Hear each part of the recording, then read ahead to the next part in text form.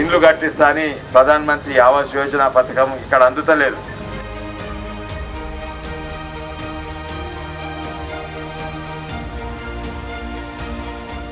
Hello everyone, today TNIE is here in Mominpet Mandal of the Chevella Lok Sabha. And this is the 9th day of Konda Vishweshwar Reddy's Praja Ashirwada Yatra. So today in an exclusive interaction with TNIE, Konda Vishweshwar Reddy will be talking about the issues he wants to highlight in the election, whether defections will make an impact in the election, and what it means and what Modi means for the people of Chevella. Thank you so much for taking the time out to speak to us. So first of all, your yatra has been going on for a couple of days now. 9th day today. Yes. 9th day today. So how has the campaigning been, and what are the dynamics in the Chevella Lok Sabha segment? I mean, there are no dynamics, there is a dynamic singularity. That is Modi and Ram Mandir and trust. These are the dynamics. The most important asset of Modi, I see, is trust. People have lost trust in politics, but Modi has done certain things where he built trust. Whether it's something to do with development or whether it's something to do with Ram Mandir. When he promised, asked for donation of 10 rupees from crores of rupees, nobody believed that he is going to build a Ram Mandir there. That was 4 years ago. Will my 10 rupees really build a Ram Mandir? Nobody believed. But it's only 10 rupees they gave. Then the actual bill came. Then they started having doubt. Maybe it's going to happen. And when the Ram Mandir was established and inaugurated, then not only they have trust in Ram, of course, by the God, but they started having trust, even trust in him. And this is not a single thing, even in terms of development, whatever it promised, whether it's gas connections or whether it is Upadi Hami, that is Manrega scheme, what he promised, he delivered. And today, before it used to be 150 rupees, or even, what the youth seems to say, corruption in the payment of half the money. But today it's 300 rupees, and all the 300 rupees is going to them. And we've seen the village economy and the village spend pattern have changed drastically, and it's reflected. Before there used to be 3 motorcycles in the village, now they are almost 100% of the families have motorcycles. So they have a certain hope that he is in the right direction and he speaks the right things and he values people. My yatra itself is not exactly a campaign. My yatra is a Praja Ashirwada Yatra, which I started 9 days ago. And it's been decided, the deal is done. Modi is going to come in India, Modi is going to come to Telangana. I'm only going for the Ashirwad before I find my nomination. I'm trying to find my nomination in India, but I'm going to visit all the villages and make the blessing and then plan. The response has been phenomenal. This is a mid-afternoon. Mid-afternoon, no one comes. So we are sitting and I'm planning and I'm discussing that in the evening people are coming. And everywhere I go, this is not a joining or a political campaign, but you see just now, almost 40-50 youth joined. In the previous week in the afternoon. Today itself, more than 300 youth and elderly people and farmers have joined. Every day, whichever village I'm going to, they want to join the party. And the people sentiment, the survey shows that it was showing about 45% of those who voted for Congress in the previous elections are now voting for Modi. Previously, 4 months back, in the assembly elections, those who voted for Congress are now voting for Modi. But then this was a month back survey. Now it's showing it's actually increased. It was 45% Congress voting for Modi. Now it is actually 50-58%. About the TRS, VRS, almost 70% of those who voted for TRS or VRS the last assembly elections are voting for BJP.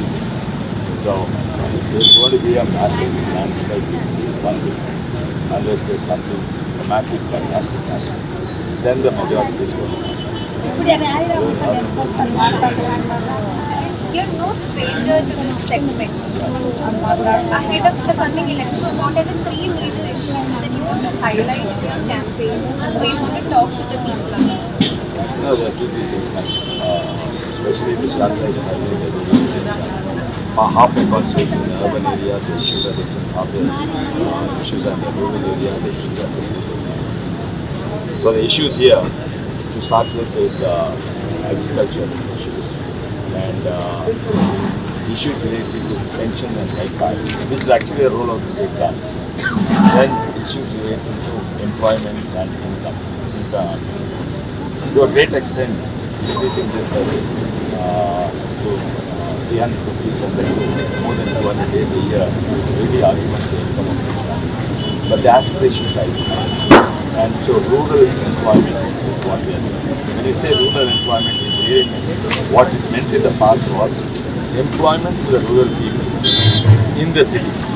But focus now is on employment of rural people in the rural areas, rural youth, when the social fabric of the village is not working. Because what's happening here, especially the villages, only the old people are staying in the villages and the youngsters are working.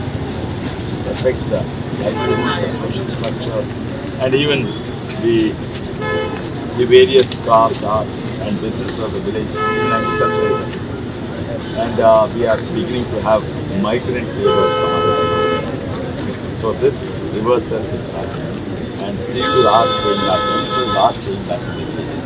So one of the important things that we should hear is this highland area. It's the highest constituency elevation-wise in entire Telangana, and there's no irrigation water. About 20% we can get irrigation.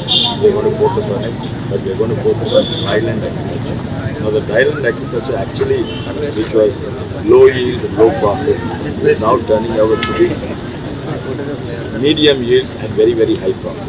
And this is the millet promotion. Also closer to Hyderabad, they grow vegetables in the rural area to supply Hyderabad. And the vegetable prices like tomatoes, onions fluctuate 100 or 10,000%. So we are stabilizing those in 3-4 different ways. One is futures marketing, using computers to predict the price. At the time of sowing the plant, you predict the price, and also certain food processing, low cost food processing, not huge food processing factories, but portable food processing units with the farmer in some tomatoes will process the tomatoes in with a portable machine and send whether it's tomato puree or red tomato or tomato powder. So these are some of the things. But most importantly, I think the youth, it's not, everybody is becoming wealthy, but more, not just wealth, not just having more motorcycles in the village. The youth should be gainfully engaged. So one of the things is to gainfully engage. We want to promote Agniveer Snani, we want to promote apprenticeship system, and we want to promote rural tourism. One of the most successful projects in rural tourism is in my constituency. 100 boats are given in an area which was remote, where only crimes used to happen. Now we have boats, sailboats, and they have women lifeguards from the villages who are trained in Royal Life Saving Society. So we have huge plans for every segment, and that is what is definitely going to happen.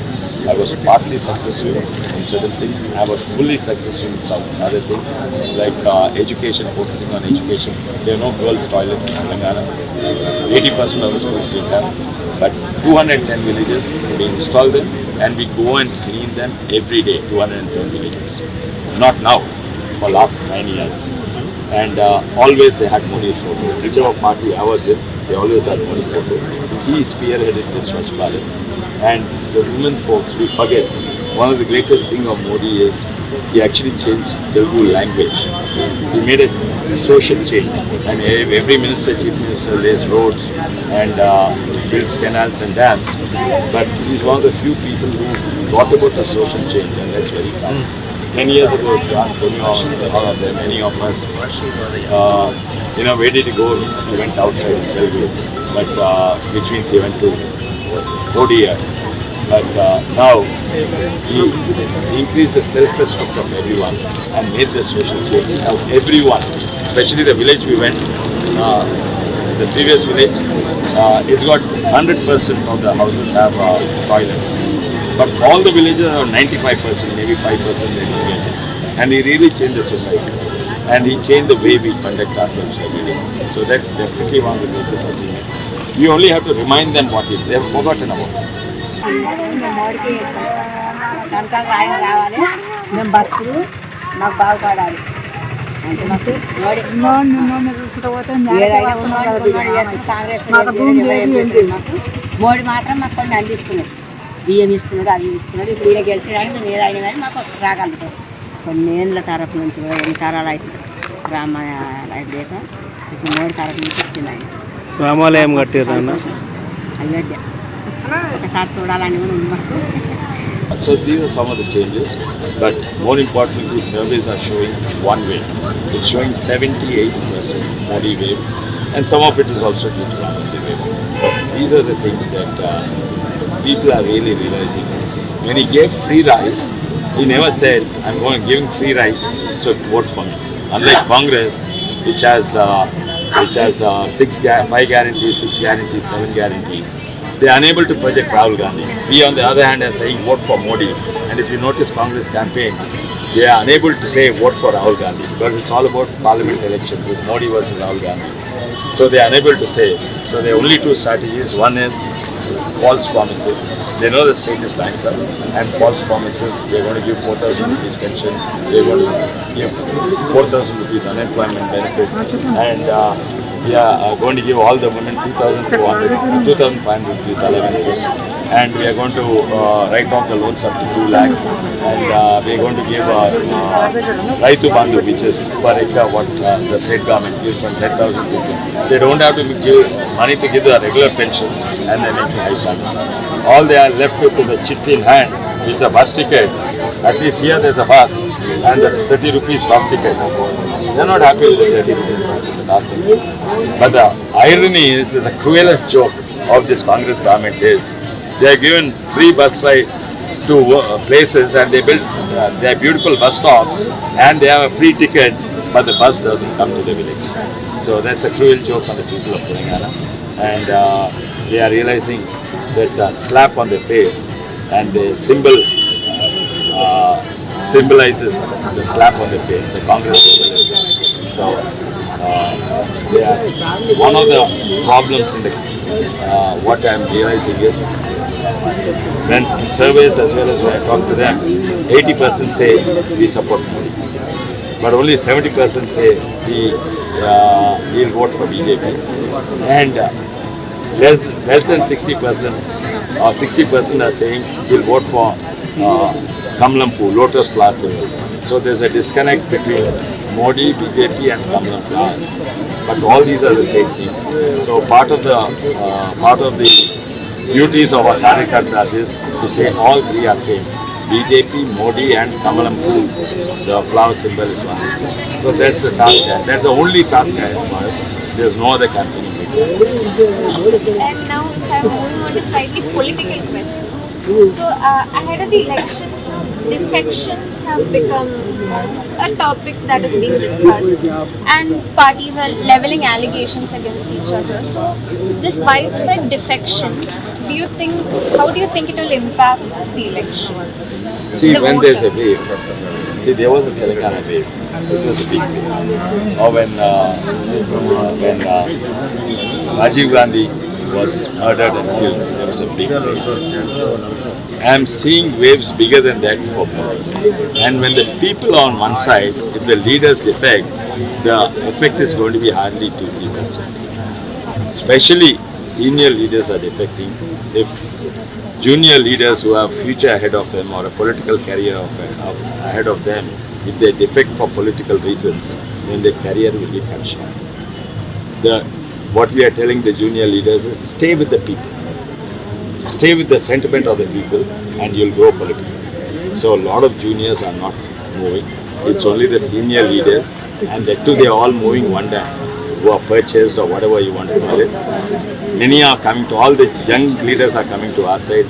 All the older guys for political or influence or pyravi or money, some of them are being bought by Congress party. So it doesn't affect the election. People having already decided. And we are going to the people, Congress party is going to the leaders.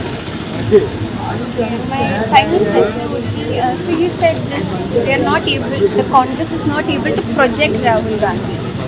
No, not able to. Strategically, they are not projecting Rahul Gandhi. Because if they do project Rahul Gandhi, they will definitely, whatever little votes, even those will go away. So strategically, they are not projecting Rahul Gandhi.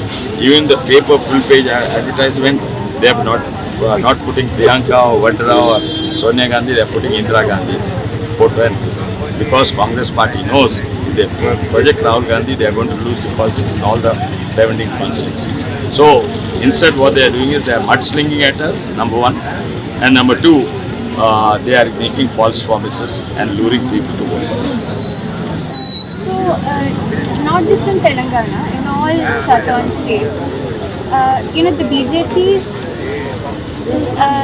is still a bit dependent on Narendra Modi's aura. So, do you think that is a benefit for regional parties like BRS, or do you not think they have any fortunes left? They are definitely depending on our leader, Narendra Modi. But so is every other party, except Congress party. All this 70 years they depended on their leader, but now they realize if they are dependent on the leader, it's actually a liability, not an asset. For us, Modi is an asset. For them, Rahul Gandhi is a liability. Except Congress party, every other party, regional and other national parties, are depending on the leaders.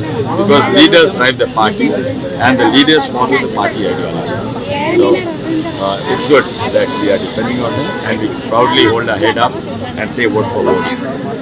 And finally, how many seats will the BJP get in Telangana? What is My guess is, the worst question to ask a politician standing is this question you just asked. We'll say 12, 15, 17. But frankly, I won't hazard a guess. But one thing is for sure, I will not be surprised if we get 17 out of 17. And the most difficult one is Asaduddin Owaisi versus Madhavi Lata. And there's a good chance that she will also win. And so I will not be shocked or surprised if Madhavi Lata wins. That happens in 17 or 18. But my guess is it's more than 10 for sure. Thank you. Thank